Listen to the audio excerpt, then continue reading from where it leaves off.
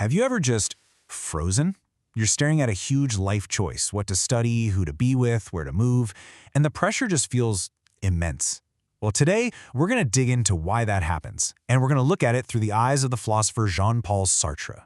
He had some pretty wild ideas about why our biggest choices feel so heavy and why that feeling is at the very core of being human.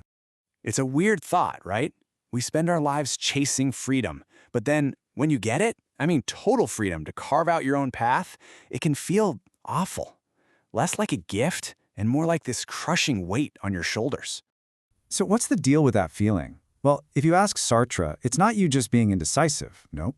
He'd say it's a fundamental, unavoidable part of the human condition. He had this incredible phrase for it. We are condemned to be free. And this feeling, it has a name. Sartre called it anguish. But hold on, this is super important. He doesn't mean sadness or suffering in the usual way.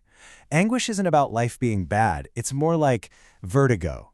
You know that feeling when you have a million tabs open for potential careers and you realize it's all on you to pick the right one?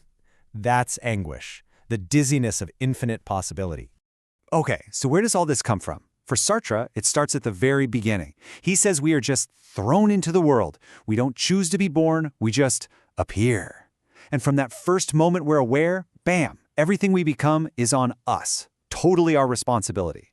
And that brings us to his most famous, most powerful line. This just sums up the whole paradox. We are condemned to be free. Just think about that. Freedom isn't some gift you can return if you don't like it.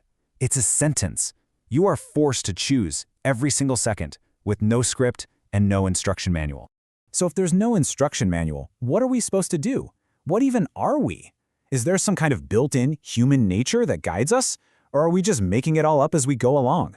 This is a huge question, and it gets us right to the heart of existentialism, the battle between essence and existence. All right, here it is, the fundamental rule of existentialism, according to Sartre. He just lays it all out there. Existence precedes essence. This single idea from a famous lecture he gave back in 1945 completely turned philosophy upside down. So, what does it actually mean? Okay, to get our heads around this, Sartre used a really simple example, a penknife. Think about it. Before someone actually makes a penknife, they have an idea of it, right? They know what it's for, what it's going to look like. That design, that purpose, that's its essence. So for the knife, the idea, the essence, comes before the object itself exists. Now Sartre says for us humans, you got to flip that completely on its head. So there you have it. A penknife has a blueprint, a preset purpose. But us, we don't. According to Sartre, there's no divine plan, no universal human nature that tells us what we're supposed to be. We just show up. We're a blank slate. Okay, so what does that even mean for us, being a blank slate? It's huge. It means we are what we do. That's it. We are nothing more than the sum total of our choices and our actions. We are literally creating our own design every single day. You can really boil it down to 3 simple steps. It's kind of wild. 1, you just exist. You're here.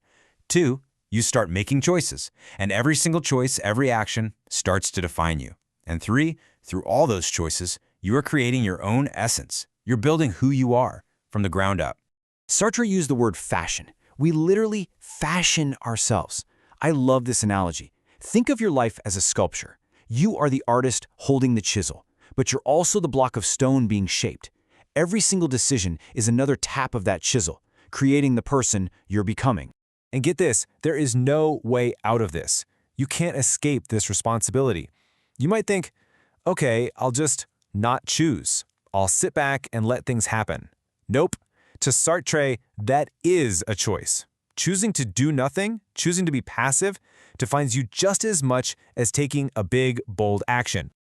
All right, so if you thought the personal responsibility was a lot to handle, buckle up, because Sartre is about to raise the stakes. He's going to tell us that none of our choices are ever just about us. And this is where that anguish really gets turned up to 11. In fashioning myself, I fashion humanity. Whoa.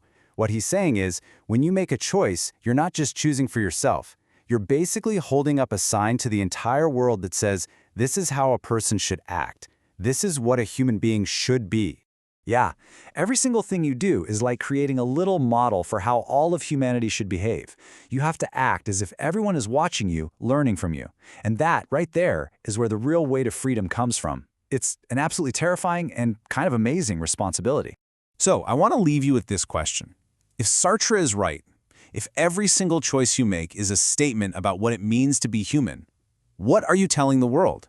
Right now, today, with the things you do, what kind of human are you telling everyone we should be?